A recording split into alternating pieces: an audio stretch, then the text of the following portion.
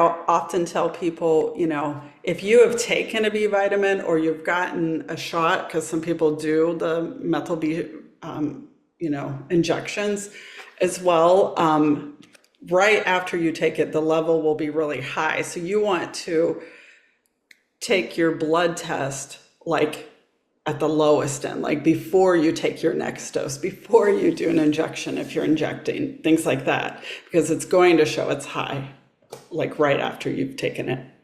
That's a really good, I want you to reiterate that. If you Okay. are going to get a blood test to better understand your nutrients, I'm assuming that you should be off the supplements at least that morning. So if you're fasting, don't take those supplements. But how far back? What is a good range of not taking those supplements before you have a blood work? Is it 24 hours? Is it just 12 hours? What would your guidance be? Because you don't, those supplements are artificially, right, Right. boosting your, you want to know what's being actually absorbed in your body. Right. So I would wait 24 hours after, if you're taking it orally, before you would get the vitamin test done, like a lab test. But if you're doing the injection, you need to wait probably 7 days, because before you do your next injection, which most people are 7 days to 14 days, it just depends. But before you get your next injection, so you know your body's need for that still. I've had And go ahead. I've had somebody test right after doing an injection and it be in the 2000s, and that's going to happen. So timing is really important for when you're doing the test. Do you have any suggestions for people in improving their B absorption and their B levels if they are plant-based? They don't eat meat, they don't eat dairy, they're just completely plant-based.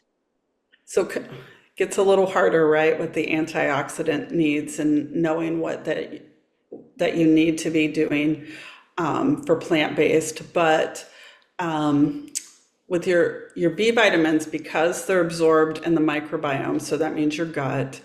If you're having any GI symptoms, sometimes you're also not going to absorb as well. So that's always an indicator to me that maybe we need to look into the microbiome. But in your plant-based, you're looking at your, really rich green foods. Your spinaches. You can even use nuts for B vitamins as well. I always say, look at the diversity of the color of what you're eating. You're going to get more of what you need. Most people need 7 to 10 colors a day. 10 is optimal, and it doesn't have to be full servings, but you want to be eating the rainbow to kind of pull in the vitamins that you need.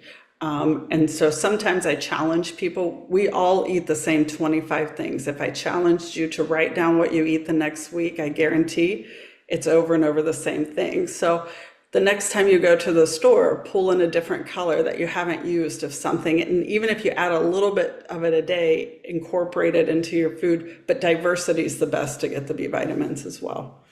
Ooh, I'm seeing a rainbow challenge here. It is Pride Month, and so rainbows are everywhere. So I think we expand the rainbow.